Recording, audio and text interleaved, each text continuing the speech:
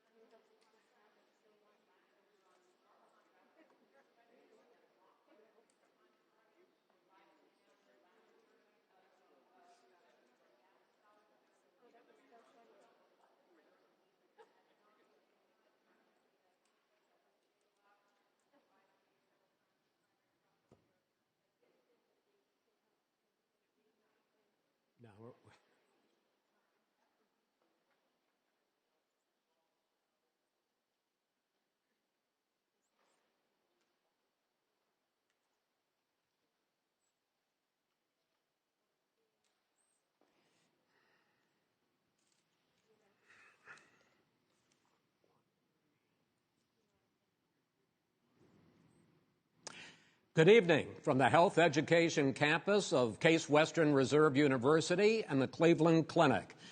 I'm Chris Wallace of Fox News, and I welcome you to the first of the 2020 presidential debates between President Donald J. Trump and former Vice President Joe Biden. This debate is sponsored by the Commission on Presidential Debates. The Commission has designed the format, 6 roughly 15-minute segments, with 2-minute answers from each candidate to the first question, then open discussion for the rest of each segment. Both campaigns have agreed to these rules. For the record, I decided the topics and the questions in each topic. I can assure you, none of the questions has been shared with the Commission or the 2 candidates. This debate is being conducted under health and safety protocols designed by the Cleveland Clinic, which is serving as the health security advisor to the Commission for all 4 debates. As a precaution, both campaigns have agreed the candidates will not shake hands at the beginning of tonight's debate. The audience here in the hall has promised to remain silent. No cheers, no boos or other interruptions, so we, and more importantly you, can focus on what the candidates have to say. No noise except right now, as we welcome the Republican nominee, President Trump, and the Democratic nominee, Vice President Biden.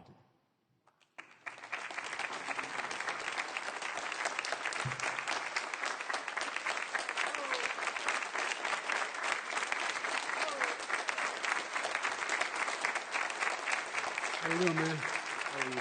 I'm well.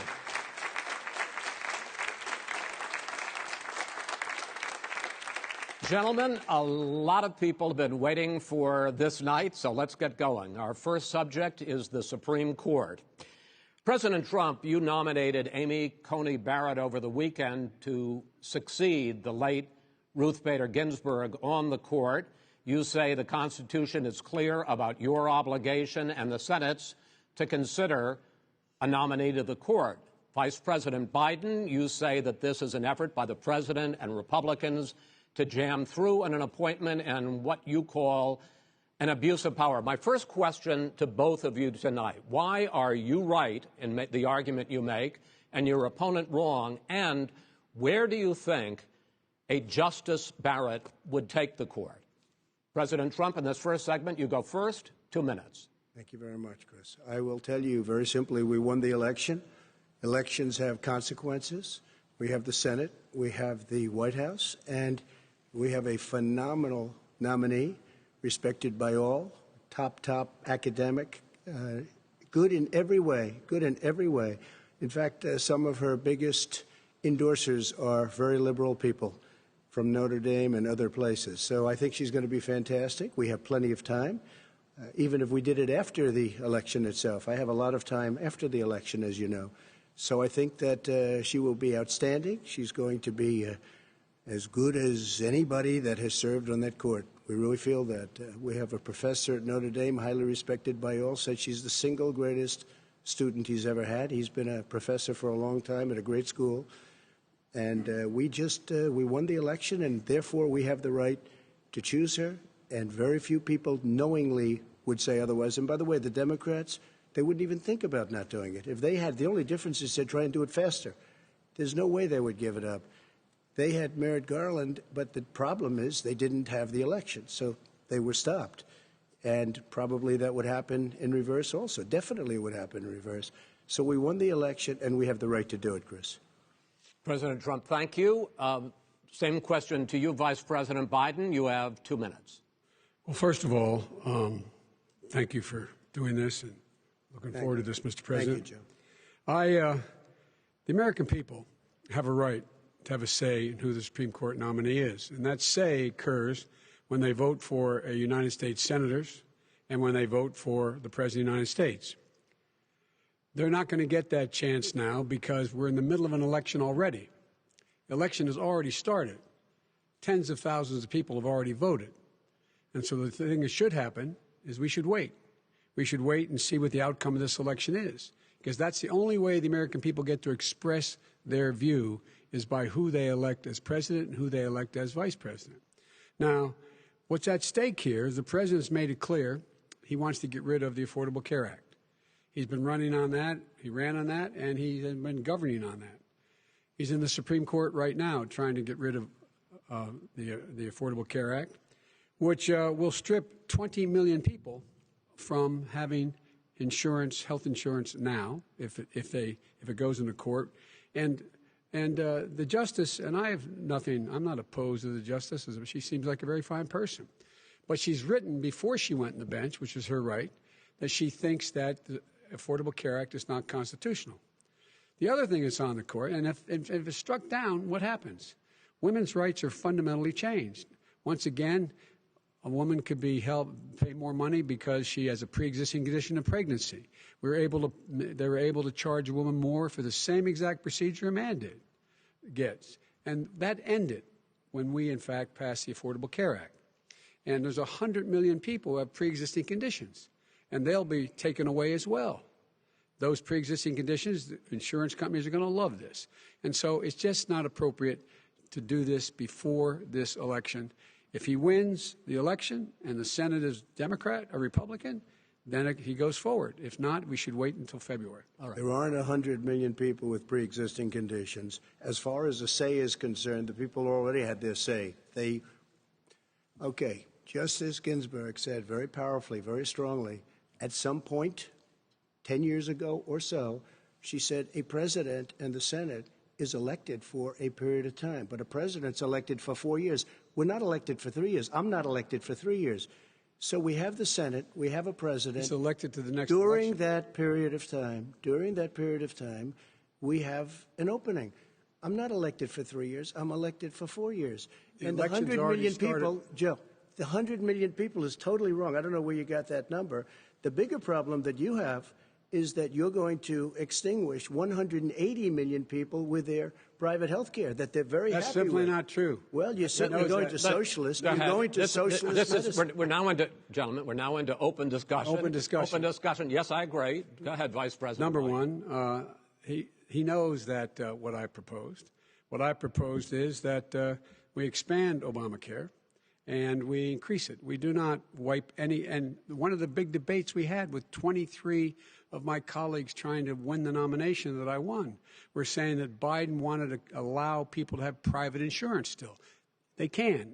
They do. They will under my proposal. It's not what you've said, but and it's not what your party has said. That is simply your party a lie. doesn't say it. Your party wants to go socialist medicine. My party is and me. Socialist right healthcare. Now, I am and the they're going to dominate Party. you, Joe. You know that. I am the Democratic Party right now.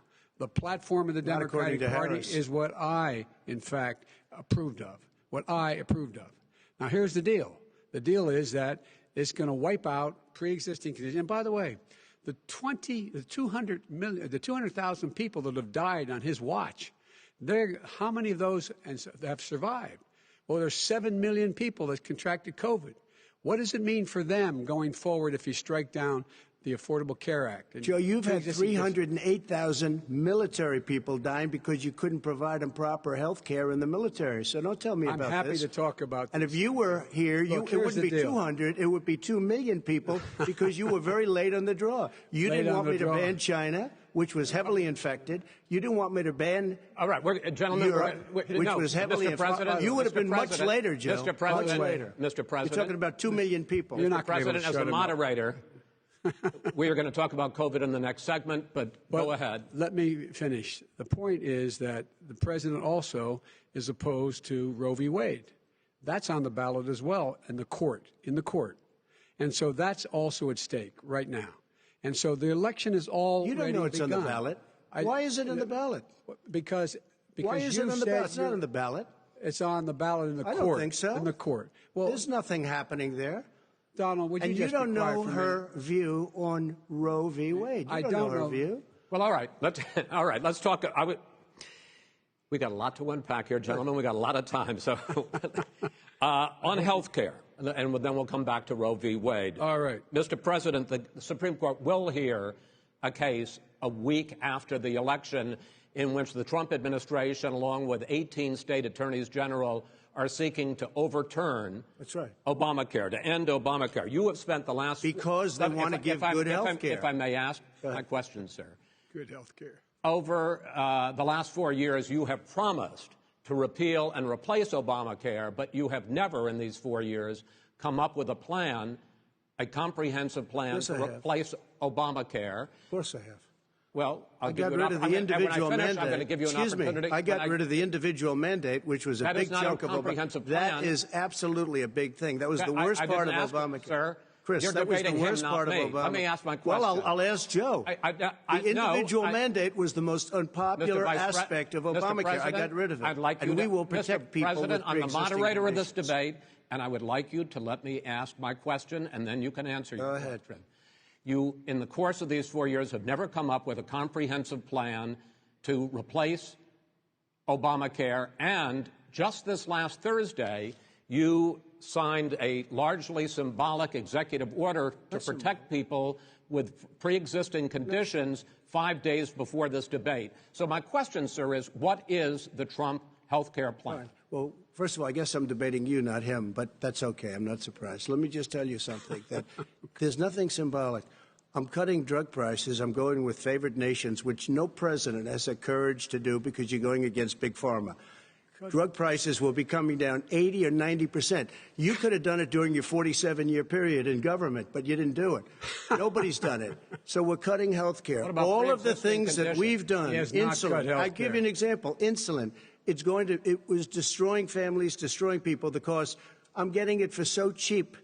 It's like water, you want to know the truth. So cheap. Take a look at all of the drugs what we're doing, prescription drug prices. We're going to allow our governors now to go to other countries to buy drugs because they pay just a tiny fraction. As I say, this is open discussion. No, let me but ask this you is about, big, this is happy, big stuff. Sir, you'll be happy. I'm about to pick up on one of your points to ask the Vice President, which is he points out that you would like to add a public option to Obamacare. And the argument that he makes and other Republicans make is that is going to end private insurance. It is and not. Well, if I can ask you the question, it will not end. What your party says, by the way. It will end private insurance and create a government takeover of health care. It does not. It's only for those people who are so poor they qualify for Medicaid.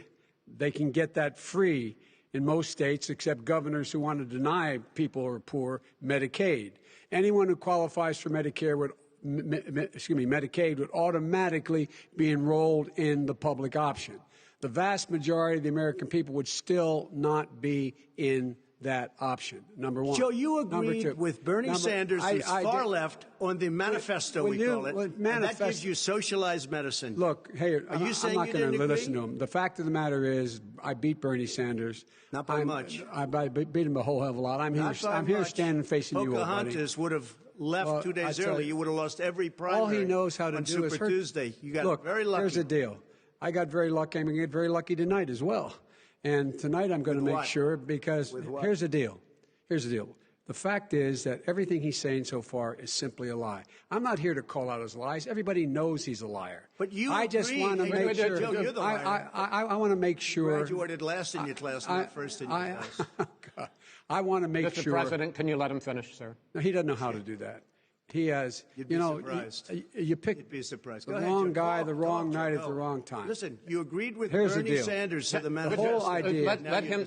There is no manifesto, number one. Please let him speak, Mr. President. Number two. You just lost the left. Number two. You just lost the left. You agreed with Bernie Sanders on a plan. Folks, absolutely folks, agreed do you have to, any and under that idea plan, what you have this clown's socialized, doing? They call it Mr. Do you have any President. do? Socialized medicine. Mr. Well, President. I'll tell you what. He is not for any help for people needing health care. Because he, in fact, already has cost 10 million people their health care that they had from their employers because of his recession. Number one. Number two, there are 20 million people getting health care through Obamacare now that he wants to take it away. He won't ever look you in the eye and say that's what he wants to do. Take it away. No, I want to give them better health care at a much lower price because and by Obamacare the way, he doesn't is know no how. good. He doesn't know how I've to do already that. Fixed it. He has never I've offered a fixed plan. it to an extent. He has never done a as single you might thing. know, but probably don't. Gentlemen, you realize if you're both speaking at the same time, and it's too expensive. Let the president go ahead, sir. Obamacare is no good. We made it better, and I had a choice to make very early on. We took away the individual mandate. We guarantee pre-existing conditions, but took away the individual mandate. Listen, this is the way it is. And that destroyed that. They shouldn't even call it Obamacare. Then I had a choice to make. Do I let my people run it really well or badly? Yeah. If I run it badly, they'll probably blame him, but they'll blame me. But more importantly, I want to help people, okay? I said, you got to run it so well. And I just had a meeting with them. They said, the problem is no matter how well you run Obamacare, it's a disaster. It's too expensive. Okay. Premiums are too high, and it doesn't work. So we do want to get rid of it. Chris, we want to get rid of it. I understand it, sir, but I have to give you roughly equal time. Good. Please let the vice president talk. Good. He has no plan for health care. Of course we do. He sends out wishful thinking. He has executive orders that have no power. He hasn't lowered drug costs for anybody. He's been promising a health care plan since he got elected. He has none, like almost everything else he talks about. He does not have a plan. He doesn't have a plan. And the fact is, this man doesn't know what he's talking about. All right. I have one final question for you, sure. Mr. Vice President. If Senate Republicans, we were talking originally about the Supreme Court here, if Senate Republicans go ahead and confirm Justice Barrett, there has been talk about ending the filibuster or even packing the court, adding to the 9 justices there. You call this a distraction by the president, but in fact it wasn't brought up by the president. It was brought up by some of your Democratic colleagues in the Congress. So my question to you is, you have refused in the past to talk about it. Are you willing to tell the American people tonight whether or not you will support either ending the filibuster or packing the court? Whatever position I take on that, that'll become the issue. The issue is the American people should speak. You should go out and vote. You're in voting now. Vote and let your senators know how strongly you feel. Vote now. Are you going to pack the Make court? sure you, in fact, let people know you're a senator. I'm not going to answer the question. Why wouldn't you answer that because question? the question is, radical left. Will you shut up, man? Listen, who is on your list, Joe? Who's on your list? Right. Gentlemen, I think this we've is ended so this. He's going to pack the court. We have not going to give a list. We have ended this segment. We're going to move on to the second segment. That was really a productive segment, wasn't it? Keep yapping, man. The people understand, Joe. They sure 47 years you've done nothing. They understand. All right.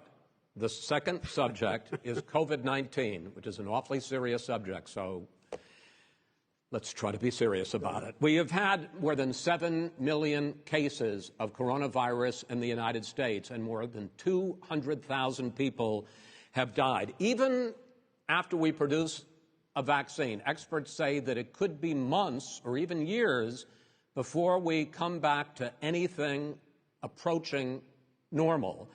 My question for both of you is, based on what you have said and done so far and what you have said you would do starting in 2021, why should the American people trust you more than your opponent to deal with this public health crisis going forward? In this case, the question goes to you first, sir. 2 minutes uninterrupted. Good luck. 200,000 dead. As you said, over 7 million infected in the United States. We, in fact, have 4% of the world's population, 20% of the deaths. 40,000 people a day are contracting COVID. In addition to that, about between 750 and 1,000 people a day are dying. When he was presented with that number, he said, it is what it is. Well, it is what it is because you are who you are. That's why it is. The president has no plan. He hasn't laid out anything. He knew all the way back in February how serious this crisis was. He knew it was a deadly disease. What did he do? He's on tape as acknowledging he knew it. He said he didn't tell us or give people a warning of it because he didn't want to panic the American people. You don't panic. He panicked. In addition to that, what did he do? He went in and he we were insisting that the Chinese, the people we had on the ground in China should be able to go to Wuhan and determine for themselves how dangerous this was. He did not even ask Xi to do that. He told us what a great job Xi was doing. He said we owe him a debt of gratitude for being so transparent with us. And what did he do then? He then did nothing. He waited and waited and waited. He still doesn't have a plan. Wrong. I laid out Sir, back in March exactly so what we wrong. should be doing. And I laid out again in July what we should be doing. We should be providing all the protective gear possible. We should be providing the money the House has passed in order to be able to go out and get people the help they need to keep their businesses open schools that cost a lot of money. You should get out of your bunker and get out of the sand trap and get in your golf course and go in the Oval Office and bring together the Democrats and Republicans and fund what needs to be done now to save lives. So if we would have listened to you... You have 2 minutes, sir. If we would have listened to you, the country would have been left wide open. Millions of people would have died, not 200,000, and one person is too much. It's China's fault. It should have never happened. They stopped it from going in, but it was China's fault. And by the way, when you talk about numbers, you don't know how many people died in China. You don't know how many people died in Russia. You don't know how many people died in India. They don't exactly give you a straight count, just so you understand. But if you look at what we've done, I closed it, and you said he's xenophobic. He's a racist, and he's xenophobic because you didn't think I should have closed our country. Wait a minute. It says 2 minutes. You didn't think we should have closed our country because you thought it was terrible. You wouldn't have closed it for another 2 months. By my doing it early, in fact, Dr. Fauci said, President Trump saved thousands of lives. Many of your Democrat governors said, President Trump did a phenomenal job. We worked with the governor. Oh, really? Go take a look. The governors said I did a phenomenal job. Most of them said that. In fact, people that would not be necessarily on my side said that. President Trump did a phenomenal job. We did. We got the gowns. We got the masks. We made the ventilators. You wouldn't have made ventilators. And now we're weeks away from a vaccine. We're doing therapeutics already. Fewer people are dying when they get sick. Far fewer people are dying. We've done a great job. The only thing I haven't done a good job, and that's because of the fake news. No matter what you say to them, they give you bad press on it. It's just fake news. They give you good press. They give me bad press because that's the way it is, unfortunately. But let me just tell you something. I don't care. I've gotten used to it. But I'll tell you, Joe, you could never have done the job that we did. You don't have it in your blood. You could have never done that job. I know how to do the job. I know how to get the job Well, you didn't do very well in swine flu. H1N1, you were a disaster. Your own chief of staff said you were a disaster. 14,000 people died, not 200,000. There was no economic recession. Sir, you made a There was no recession. You made a point. Let him answer it. And there was we didn't shut down the economy. This is his economy he's shut down. The reason it's shut down is because, look, you folks at home, how many of you got up this morning and had an empty chair at the kitchen table because someone died of COVID? How many of you were in a situation where you lost your mom or dad and you couldn't even speak to them? You had a nurse holding a phone up so you could, in fact, say goodbye. You would have lost far more people. Far more people. And you would have been. And by the way, his own CDC director says we could lose as many as another 200,000 people between now and the end of the year. And he held up. He said, if we just wear a mask, we can save half those numbers. Just a mask. And by the way, in terms of the whole notion of a vaccine, we're for a vaccine, but I don't trust him at all, nor do you. I know you don't. What we trust is a scientist. You don't we trust Dr. Johnson Fauci. Johnson, Pfizer? Okay, by the way, gentlemen, let me move on to questions about the future, because you both have touched on two of the questions I'm going to ask. Focusing on the future first, President Trump, you have repeatedly either contradicted or been at odds with some of your government's own top scientists. The week before last, the head of the Centers for Disease Control, Dr. Redfield, said it would be summer before the vaccine would become generally available to the public. You said that he was confused and mistaken. Those were your two words. Yeah. But Dr. Slaoui, the head of your Operation Warp Speed, has said exactly the same thing. Are they both wrong? Well, I've spoken to the companies, and we can have it a lot sooner. It's a very political thing because people like this would rather make it political than save lives. It is a very political thing. I've spoken to Pfizer. I've spoken to all of the people that you have to speak to. We have great Moderna, Johnson & Johnson, and others. They can go faster than that by a lot. become very political because the left, or I don't know if I call them left, I don't know what I call them. So you're suggesting that the head of your Operation Warp Speed, Dr. Smawi? I disagree with him. Yeah, no, I disagree with both of them. And he didn't say that. He said it could be there, but it could also be much sooner. I had him in my office 2 days ago. He talked about the summer, sir, before it's generally available. Just like he said it's a possibility that we'll have the answer before November 1st. It could also be after when it's generally available. Well, we're going to deliver it right away. We have the military all set up. Logistically, they're all set up. We have our military that delivers soldiers, and they can do 200,000 a day. They're going to be delivering. This is the same man it's who all told set you up. By Easter this would be gone away.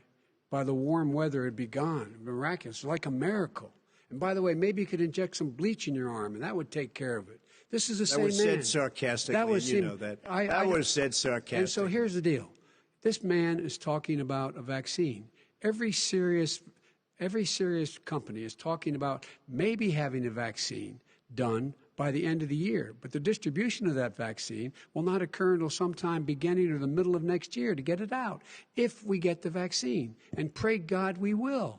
Pray God we will. Mr. Vice President, I want to pick up You'll have the vaccine sooner. I want to pick up on this question, though. You say the public can trust the scientists, but they can't trust President Trump. In fact, you said that again tonight. Your running mate, Senator Harris, goes further, saying the public health experts, quote, will be muzzled, will be suppressed. Given the fact that polls already show that people are concerned about the vaccine and are reluctant to take it, are you and your running mate, Senator Harris, contributing to that fear? No more than the question you just asked him. You pointed out. He puts pressure and disagrees with his own scientists. But you're saying Everybody you can't, knows. Senator Harris is saying you can't trust the scientists. No, you can trust the scientists. She didn't say that. You can't trust She said the public health experts, quote, will be muzzled, will be suppressed. Well, that's what he's going to try to do. But there's millions of scientists, there's thousands of scientists out there, like here at this great hospital, that don't work for him. Their job doesn't depend on him. That's not. They're the people. And by the way, I spoke to the scientists that are in charge. By the way, they will have the vaccine very soon. Let him finish. Do you believe for a moment what he's telling you in light of all the lies he's told you about the whole issue relating to COVID? He still hasn't even acknowledged that he knew this was happening, knew how dangerous it was going to be back in February, and he didn't even tell you. He's on record as saying it. He panicked, or he just looked at the stock market. One of the two, because guess what? A lot of people died, and a lot more are going to die unless he gets a lot smarter, a lot quicker. Mr. President? Did you use the word smart? So you said you went to Delaware State, but you forgot the name of your college. You didn't go to Delaware State. You graduated either the lowest or almost the lowest in your class. Don't ever use the word smart with me. Don't ever use that word. Oh, give me a break. Because you know what? There's nothing smart about you, Joe. 47 years, you've done nothing. Let's have this debate. And if you would have had, let me just tell you something, Joe. No, if you would have had the charge of what I was put through, I had to close the greatest economy in the history of our country. And by the way, now it's being built again. See, and we're going to get to the economy in the next segment, sir. Okay. It's going up fast. Okay. When it comes to how the virus has been handled so far, the two of you have taken very different approaches, and this is going to affect how the virus is handled going forward by whichever of you ends up becoming the next president. I want to quickly go through several of those. Reopenings. Vice President Biden, you have been much more reluctant than President Trump about reopening the economy and schools. Why, sir? Because he doesn't have a plan. If I were running, I'd know what the plan is. You've got to provide these businesses the ability to have the money to be able to reopen with the PPE as well as with the sanitation they need. You have to provide them plastic. Tell that to Nancy Pelosi. Well, he's just shush for a minute. Tell it to Nancy Pelosi. And Schumer, by the way, Chuck. Nancy Pelosi and Schumer, they have a plan. He won't even meet with them. The Republicans won't meet with him in the Senate. And he sits on his golf course. And literally, think about it. You probably play more than I do, Joe. What about this question of reopenings and the fact? Well, he wants to shut down this country, and I want to keep it open. And we did a great thing by shutting it down. Wait a minute, Joe. Let me shut you down for a second, Joe, just for 1 second. He wants to shut down the country. We just went through it. We had to because we didn't know anything about the disease. Now we found that elderly people with heart problems and diabetes and different problems are very, very vulnerable. We learned a lot. Young children aren't. Even younger people aren't. We've learned a lot. But he wants to shut it down. More people will be hurt by continuing. If you look at Pennsylvania, if you look at certain states that have been shut down, they have Democrat governors all. One of the reasons they're shut down is because they want to keep it shut down until after the election on November 3rd. I want to move on to another because subject. it's a I want to move political on to another subject. I got to respond. But those states are not doing well that are shut down Which is right got now. to respond to that. President Trump, you have begun to increasingly question the effectiveness of masks as a disease preventer. And in fact, recently you have cited the issue of waiters touching their masks and touching plates.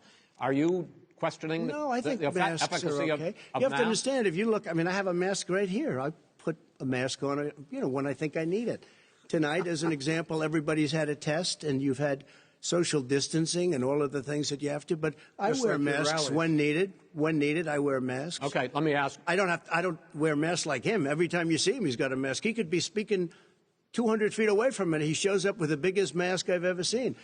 I will say this. Vice President Biden, go ahead, sir. Look, the way to open businesses is give them the wherewithal to be able to open. We provided money. But I was asking you, sir, about masks. Well, masks make a big difference. His own head of the CDC said if we just wore masks between now, everybody wore masks and social distance between now and January, we'd probably save up to 100,000 lives.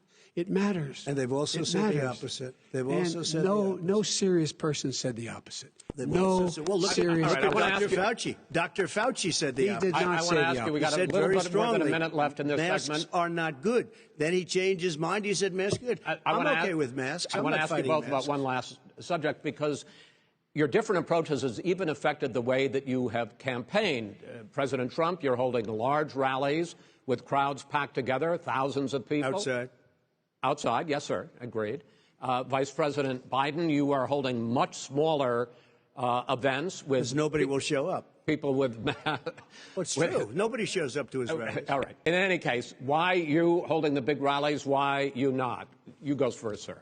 Because people want to hear what I have to say. I mean, but are you not worried about it spreading disease? President, and I'll have 35,000 people show up at airports. We use airports. Are you not worried about the disease We have a lot of people. Sir? Well, so far, we have had no problem whatsoever. It's outside. That's a big difference, according to the experts. And we do them outside. We have tremendous crowds, as you see. I mean, and literally on 24 hours' notice. And Joe does the circles and has 3 people someplace. Okay. By the way, did you see one of the last big rallies he has? And a reporter came up to him to ask him a question. He said, no, stand back. Put on your mask. Put on a mask. Have you been tested? I'm way far away from those other people. That's what he said. I can't. I'm going to be okay. He's not worried about you. He's not worried about the people out there breathing in one another. We've had no negative effect. No negative effect. We've had no negative effect. And we've had 40,000 people at these rallies. Just quickly finish up, because I want to move on to our next. Yes, I would. He's been totally irresponsible the way in which he has handled the social distancing and people wearing masks, basically encouraged them not to. All right. He's a fool on this. If you could get the crowds, you would have done the same thing. But you can't. Nobody cares. Gentlemen, can we move on to the economy? Yes. The economy is, I think it's fair to say, recovering faster than expected from the shutdown. Much faster. In the second quarter, the unemployment rate fell to 8.4% last month. The Federal Reserve says the hit to growth, which is going to be there, is not going to be nearly as big as they had expected. President Trump, you say we are in a V-shaped recovery. Vice President Biden, you say it's more of a K-shape. What difference does that mean to the American people in terms of the economy? President Trump, in this segment, you go first. So we built the greatest economy in history. We closed it down because of the China plague. When the plague came in, we closed it down, which was very hard psychologically to do. He didn't think we should close it down, and he was wrong.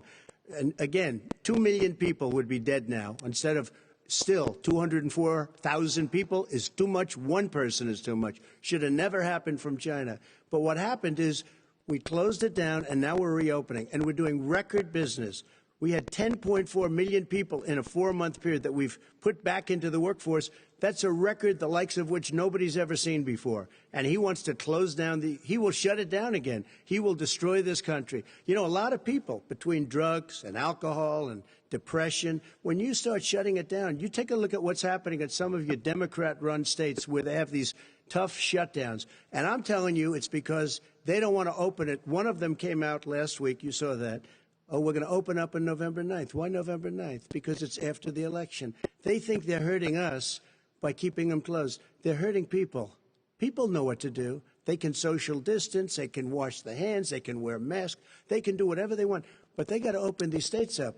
When you look at North Carolina, when you look, and these governors are under siege, Pennsylvania, Michigan, and a couple of others, you got to open these states up. It's not fair. You're talking about almost, it's like being in prison. And you look at what's going on with divorce, look at what's going on with alcoholism and drugs. It's a very, very sad thing. And he'll close down the whole country. This guy will close down the whole country and destroy our country. Our country is coming back incredibly well, setting records as it does it. We don't need somebody to come in and say, let's shut it down. All right. Your 2 minutes, sir. We're now moved to you. As I said, posing the question, the president says it's a V-shaped recovery. You say it's a K-shaped recovery. What's the difference? The difference is millionaires and billionaires like him in the middle of the COVID crisis have done very well. Billionaires have made another $300 billion because of his profligate tax proposal, and he only focused on the market.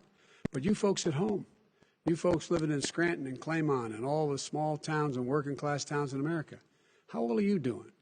This guy paid a total of $750 in taxes. Sir, wait, no, sir, it's just yeah, I understand. You've agreed to the 2 minutes, so please let him have it. Do I get my time back? The fact is that he has, in fact, worked on this in a way that he's going to be the first president of the United States to leave office having fewer jobs in his administration than when he became president. Fewer jobs than when he became president. First one in American history. Secondly, the people who have lost their jobs are those people who have been on the front lines, those people who have been saving our lives, those people who have been out there dying, people who've been putting themselves in the way to make sure that we could all try to make it. And the idea that he is insisting that we go forward and open when you have almost half the states in America with a significant increase in COVID deaths and COVID cases in the United States of America. And he wants to open it up more. Why does he want to open it up? Why doesn't he take care of the American? You can't fix the economy until you fix the COVID crisis. And he has no intention of doing anything about making it better for you all at home in terms of your health and your safety. Schools. Why aren't schools open? Because it costs a lot of money to open them safely. You know, they were going to give, his administration was going to give the teachers and school students masks. And then they decided, no, couldn't do that because it's not a national emergency. Not a national emergency. They've done nothing to help small businesses. Nothing. They're closing. 1 in 6 is now gone. He ought to get on the job and take care of the needs of the American people so we can open safely. All right. Your time is up, sir. Well, we are going to get to... I have to respond to that. Well, you both had 2 minutes, sir. Excuse me, he made a statement. So did you. People want their schools, people want their schools open. They don't want to be shut down. They don't want their state shut down. They want their restaurants. I look at New York. It's so sad what's happening in New York. It's almost like a ghost town, and I'm not sure it can ever recover what they've done in New York. People want their places open. They want to get back to their lives. They'll be careful, but they want their schools open. I'm the one that brought back football. By the way, I brought back Big Ten football. It was me, and I'm very happy to do it. And all right, people of Ohio are very proud of me. And you know how I found out? When you took gentlemen, a phony we're going to ad. get to your economic plans going forward in a moment. But first, Mr. President, as you well know, there's a new report that in 2016, the year you were elected president, and 2017, your first year as president, that you paid $750 a year in federal income tax each of those years. I know that you pay a lot of other taxes, but I'm asking you the specific question. Is it true that you paid $750 in federal income taxes each of those 2 years? I paid millions of dollars in taxes, millions of dollars of income tax. And let me just tell you, There was a story in one of the papers. Show us your tax I paid $38 million one year. I paid $27 million. Show us your tax 1 year. returns. I went. You'll see it as soon as it's finished. You'll see it. You know, if you want to go to the Board of Elections. There's a 118-page or so report that says everything I have, every bank I have, I'm totally under-leveraged because the assets are extremely good, and we have a very, I built a great I'm asking company. you a specific question, which is... Let me tell you. I understand all of that. I understand all of that. No, Mr. President, Go ahead. I'm asking you a question. Will you tell us how much you paid in federal income taxes in 2016 and 2017? Millions of dollars. You paid millions of dollars? Millions of dollars. So yes. not 750? Millions of dollars, and you'll get to see it. And you'll get to see it. But let me just tell you, Chris, let me just say something, that it was the tax laws. I don't want to pay tax. Before I came here, I was a private developer. I was a private business people. Like every other private person, unless they're stupid, they go through the laws, and that's what it is. He passed a tax bill that gave us all these privileges for depreciation and for tax credits. We build the building and we get tax credits, like the hotel on Pennsylvania Avenue. You get a massive, which, by the way, was given to me by the Obama administration, if you can believe that. Now, the man got fired right after that happened. But Vice President Biden, you want to respond? Yeah, I do want to respond. Look, the tax code that made him, put him in a position that he pays less tax than a school teacher on the money a school teacher makes, is because of him he says he's smart because he can take advantage of the tax code. And he does take advantage of the tax code. That's why I'm going to eliminate the Trump tax cuts. And I'm going to eliminate those tax cuts and make sure that we invest in the people who, in fact, need the help. People out there need help. But why didn't you do it over the last 25 years? Because you weren't president. Because you weren't president screwing things up. You were a senator. And You're by the way, worst you were president America has ever had. Hey, Come Joe, on. let me just tell you, Joe. I've done more in 47 months. I've done more than you've done in 47 years, Joe. We've done things that you never even thought of doing, including fixing the broken military that you gave me, including taking care of your vets. Mr. President, we're talking about the economy. I'd like to ask you about your plans going forward because, Mr. Vice President, your economic plan, if you were to be elected president, focuses a lot on big government, big taxes, big spending. I want to focus first on the taxes. You propose more than $4 trillion over a decade in new taxes on individuals making more than $400,000 a year and on corporations. President Trump says that kind of an increase in taxes is going to hurt the economy as it's just coming out of a recession. Well, just take a look at what is the analysis done by Wall Street firms. Points out that my economic plan would create 7 million more jobs than his in 4 years, number one. And number two, it would create an additional $1 trillion in economic growth because it would be about buying American. That we're going to make this federal government spend $600 billion a year on everything from ships to steel to buildings and the like.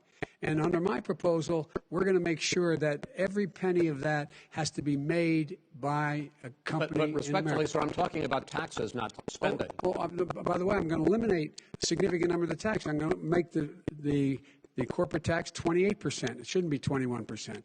You have 91 companies, in the Fortune 500 who don't pay a single penny in tax, making billions of dollars. Why didn't you do it before when you were vice president with Obama? Because you, in fact, passed that.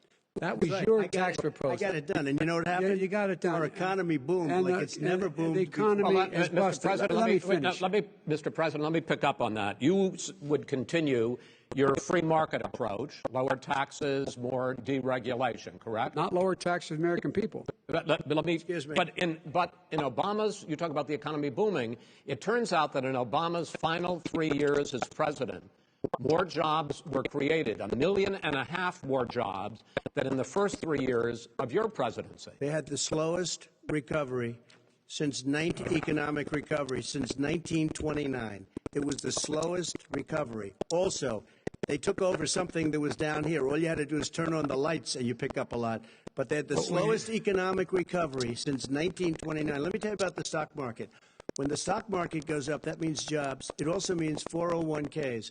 if you got in, if you ever became president with your ideas, you want to terminate my taxes, I'll tell you what, you'll lose half of the companies that have poured in here will leave, and plenty of companies that are already here, they'll leave for other places. They will leave, and you will have a depression the likes of which you've never seen. Look, we inherited the worst recession short of a depression in American history. I was asked to bring it back. We were able to have an economic recovery that created the jobs you're talking about. We handed him a booming economy. He blew it. It wasn't booming. Blew it. He blew it. It wasn't booming. It was the weakest recovery Sir, is it fair to, is it fair to say he blew it when fact, when there was record low unemployment before COVID? Yeah, but because what he did, even before COVID, manufacturing went in the hole. Manufacturing went in the hole. Excuse me, Chris. Wait. Number two. Chris. Number three. They said it would take. No, you're on number two. No. Chris.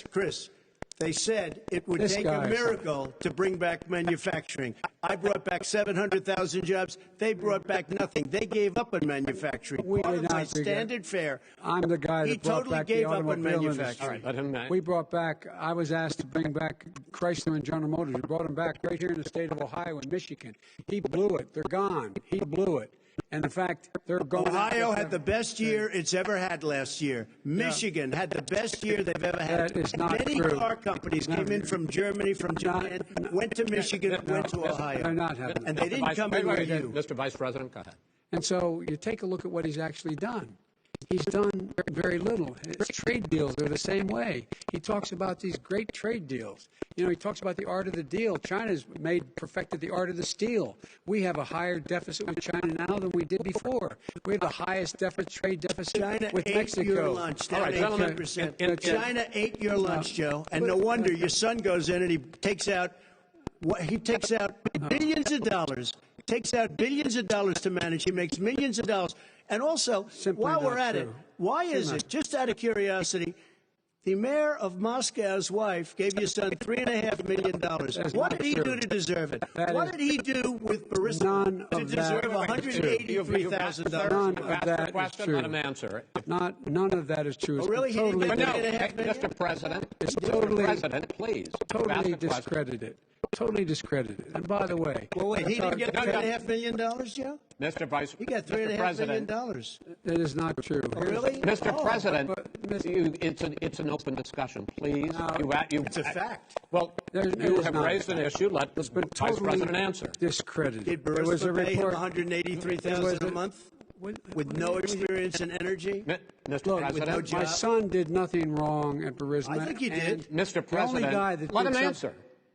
He doesn't want to let me answer because he knows I have the truth. His position has been totally, thoroughly discredited. By who? And you the media? By everybody. Well, by the media, by our allies, by the World Bank, by everyone has discredited.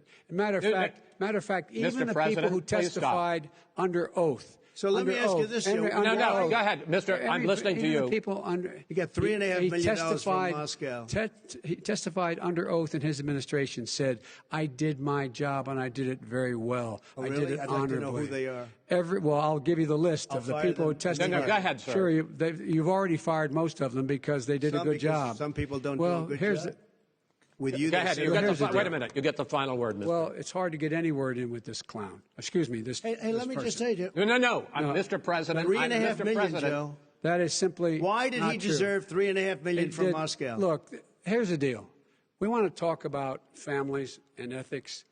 I don't want to do that.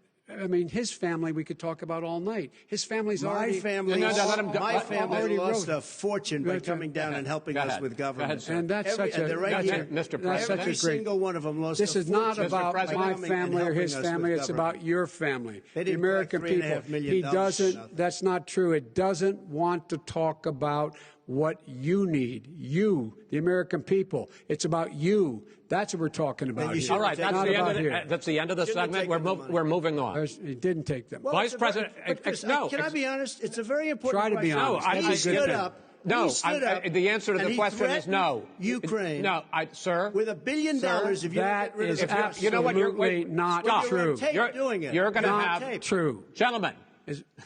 I hate to raise my voice, but it seems to be, why should I be different than the two of you? So here's the deal. Good point. We have 6 segments. We have ended that segment. We're going to go to the next segment. In that segment, you each are going to have 2 uninterrupted moments. In those 2 uninterrupted minutes, Mr. President, you can say anything you want. I'm going to ask a question about race, but if you want to answer about something else, go ahead. But I think that the country would be better served if we allowed both people to speak with fewer interruptions. I'm appealing to you, sir, to do that. Well, and him too. Well, frankly, you've been doing more interrupting than he has. That's all right, but he does plenty. Well, less than, sir, less than plenty. No, less than you have. Let's please continue on. The issue of race. Vice President Biden, you say that President Trump's response to the violence in Charlottesville 3 years ago, when he talked about very fine people on both sides, was what directly led you to launch this run for president. Oh, yeah, sure. President Trump, you have often said that you believe you have done more for black Americans than any president, with the possible exception of Abraham Lincoln. My question for the 2 of you is, why should voters trust you rather than your opponent to deal with the race issues facing this country over the next 4 years? Vice President Biden, you go first.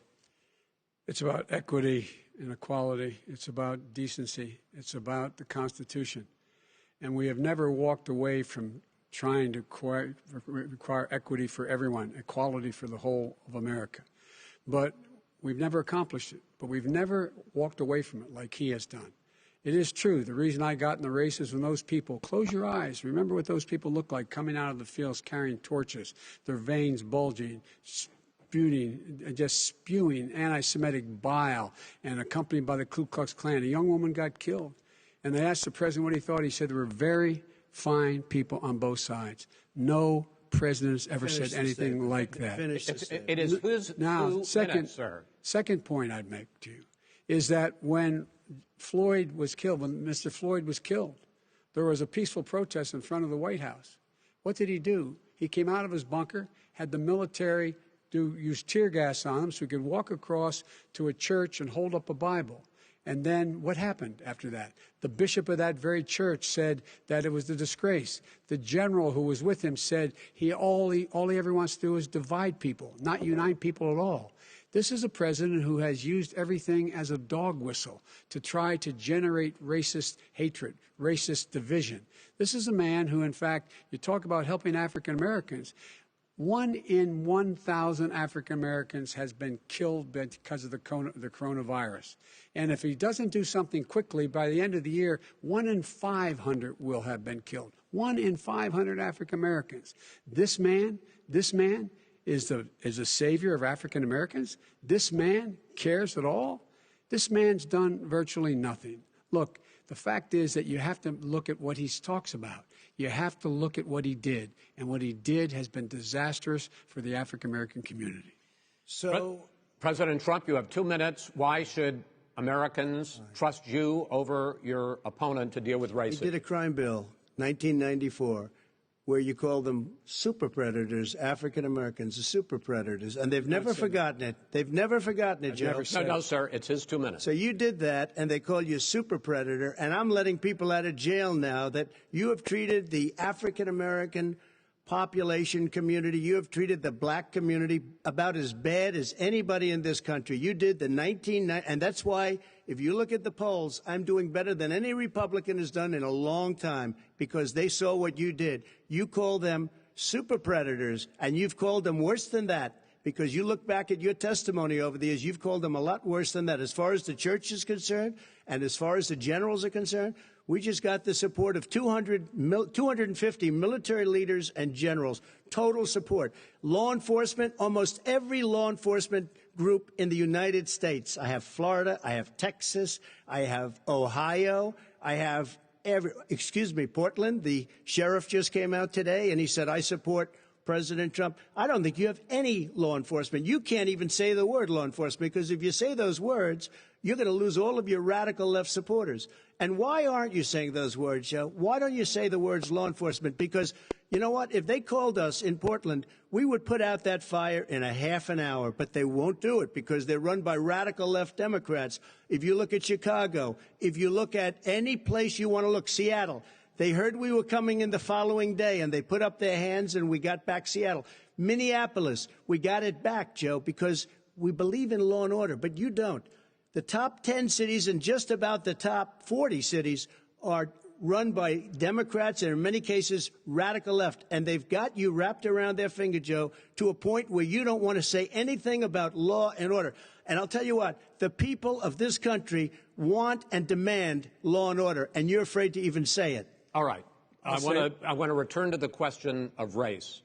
Vice President Biden, after the grand jury in the Breonna Taylor case decided not to charge any of the police with homicide, you said it raises the question, quote, whether justice could be equally applied in America. Do you believe that there is a separate but unequal system of justice for blacks in this country? Yes, there's systemic injustice in this country, in education and work and in law enforcement and the way in which it's enforced. But look, the vast majority of police officers are good, decent, honorable men and women. They risk their lives every day to take care of us. But there are some bad apples. And when they occur, when they find them, they have to be sorted out. They have to be held accountable. They have to be held accountable. And what I'm going to do as President of the United States is call together an entire group of people at the White House, well, everything from the civil rights groups to the police officers, to the police chiefs, and we're going to work this out. We're going to work this out so we change the way in which we have more transparency in when these things happen. These cops aren't happy to see what happened to George Floyd. These cops aren't happy to see what happened to Breonna Taylor. Most don't like it. But we have to have a system where people are held accountable. And by the way, violence in response is never appropriate. Never appropriate. Peaceful protest is. Violence is never appropriate. All right, what is peaceful protest? When they run through the middle of the town and burn down your stores and kill people all over the place, that and you is say not peaceful protest? President Trump, No, it's I'm not not, asking, but you say it is. President Trump, I'd like to continue with the issue of race. Please. I promise we're going to get to the issue of law and order in a moment. This month, your administration directed federal agencies to end racial sensitivity training that addresses white privilege or critical race theory. Why did you decide to do that, to end racial sensitivity training? And do you believe that there is systemic racism in this country, sir? I ended it because it's racist. I ended it because a lot of people were complaining that they were asked to do things that were absolutely insane, that it was a radical revolution that was taking place in our military, in our schools, all over the place, and you know it, and so does everybody else. And he would know. What is radical about racial sensitivity training, sir? If you were a certain person, you had no status in life. It was sort of a reversal. And if you look at the people, we were paying people hundreds of thousands of dollars to teach very bad ideas and, frankly, very sick ideas. And really, they were teaching people to hate our country. And I'm not going to do that. I'm not going to allow that to happen. We have to go back to the core values of this country. They were teaching people that our country is a horrible place, it's a racist place, and they were teaching people to hate our country. And I'm not going to allow that to happen. Vice President Biden? Nobody's doing that. He's the racist. You just don't know. Here's the deal. I know a lot more about this. Let him finish. The fact is that there is racial insensitivity. People have to be made aware of what other people feel like, what insults them, what is demeaning to them. It's important to people know they don't want to. Many people don't want to hurt other people's feelings, but it makes a big difference. It makes a gigantic difference in the way a child is able to grow up and have a sense of self-esteem. It's a little bit like how this guy and his friends look down on so many people. They look down their nose on people like Irish Catholics like me and grew up in Scranton. They look down on people who don't have money. They look down on people who are of a different faith. They look down on people who are a different color. In fact, we're all Americans. The only way we're going to bring this country together is bring everybody together. There's nothing we cannot do if we do it together. We can take this on and we can defeat racism in America. President Trump, sir. During the Obama-Biden administration, there was tremendous division. There was hatred. You look at Ferguson. You go to many places. Look at Oakland. Look what happened in Oakland. Look what happened in Baltimore. Look what happened. Frankly, it was more violent than what I'm even seeing now. Oh, my but Lord. the reason is that ridiculous. the Democrats that run these Absolutely cities ridiculous. don't want to talk like you about law and order. Violent and you crime, still haven't mentioned. violent Are you crime. in favor of law and order? I'm in favor of law. You follow Are you in it and a little favor bit of law and order? Go yes, ahead, I'm say in it. favor. You Everybody's asked a in favor question, of let him finish. Law and order. Let him answer. Law and order with justice, where people get treated fairly. Okay. And the fact of the matter is, violent crime went down 17%, 15% in our administration. All right. It's gone up on his watch. Went down much more in ours. All right, we're not. Mr. President, you're going to. Mr. President, every record in the book. Mr. President, you're going to be very happy because we're now going to talk about law and order. Places we had trouble were Democratic-run cities. That's exactly my question. There has been a dramatic increase in homicides in America this summer, particularly, and you often blame that on Democratic mayors and Democratic governors, but in fact there have been equivalent spikes in Republican-led cities like Tulsa and Fort Worth. So the question is this really a party issue? I think it's a party issue. You can bring in a couple of examples, but if you look at Chicago, what's going on in Chicago, where 53 people were shot and 8 died shot. If you look at New York, where it's going up like nobody's ever seen anything, the numbers are going up 100, 150, 200%. Crime. It is crazy what's going on.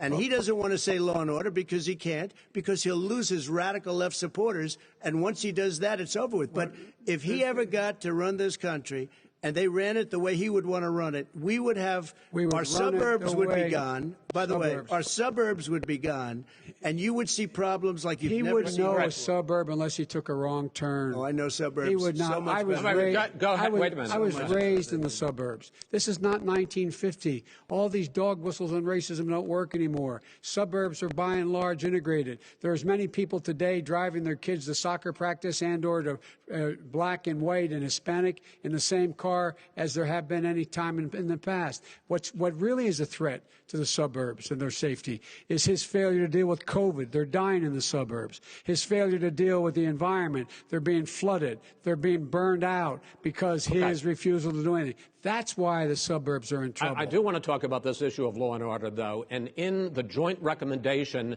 that came from the Biden-Bernie Sanders task force, you talked about, quote, reimagining policing.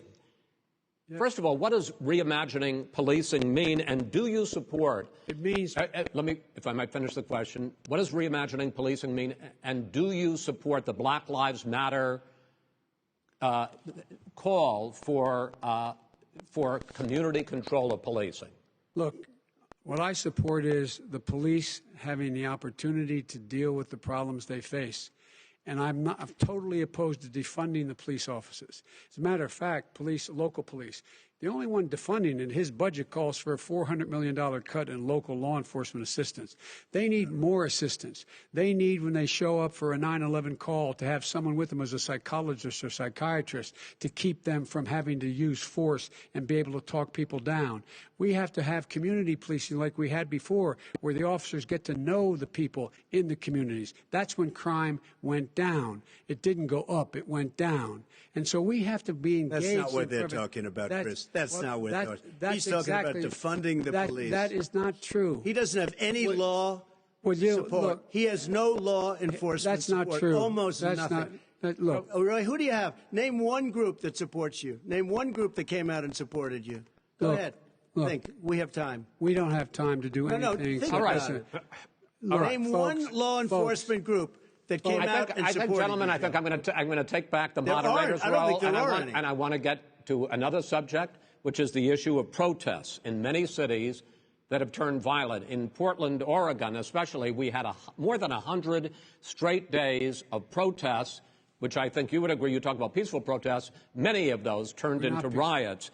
Mr. Vice President, you say that people who commit crimes should be held accountable. The question I have, though, is, as the Democratic nominee, and earlier tonight you said that you are the stop the days and months of violence in Portland. I don't hold public office now. I am a former vice president. I've made it clear. I've made it clear in my public statements that the violence should be prosecuted. It should be prosecuted, and anyone who commits it. But you've never called for the people, the leader. Excuse me, sir. You have never called for the leaders in Portland and in Oregon to bring in the National Guard and knock off 100 days of riots? They can, in fact, take care of it if he just stay out of the way. Look here. Oh, really? Really? Here's the thing. I sent in the U.S. Marshals to get the killer of the young man in the middle of the street. They shot him, and for 3 days, President Trump Portland wouldn't do anything. I had to send in the U.S. Marshals. They took care of business. Go ahead, sir. And by the way, you know, his own former spokesperson said, you know, riots and chaos and violence help his cause. That's what this is all about. I don't know who said that. I do. Who? I think Kellyanne Conway. I don't think she said that. She said that. And so here's the here's the point. The point is that that's what he keeps trying to rile everything up. He doesn't want to calm things down. Instead of going in and talking to people and saying, let's get everybody together, figure out how to deal with this. What's he do? He just pours gasoline in the fire constantly, every single solitary time. And to end this, button up this segment, I'm going to give you a minute to answer, sir. You have repeatedly criticized. Wait, I have to answer his statement. No, you have his repeatedly. Statement. You have repeatedly. No, you've been talking back and forth. You made a statement. I'm asking you. I would love to end it. Sir. I would love to end it. You know, if you want to switch seats. We could very quickly. We could do that, but I'd send in the National Guard. It would be over. There'd be no problem. Okay. But they don't want to accept the National Guard. You have repeatedly criticized the vice president for not specifically calling out Antifa and other left-wing extremist groups. But are you willing tonight to condemn white supremacists and militia groups and to say that they need to stand down and not add to the violence in a number of these cities, as we saw in Kenosha and as we've seen in Portland? Sure, are you I'm prepared willing to do specifically that, but do it? Well, go ahead, sir. I would say almost everything I see is from the left wing, not from the right wing. So what are you saying? I'm willing to do anything. I want to see peace. Then do it, sir. Say it. Do it. Say it. Do you want to call him? What do you want to call him? Give me a name. Give me a white name. Supremacists and who would you like me to condemn? White supremacists and right-wing Proud militia. Boys, stand back and stand by. But I'll tell you what.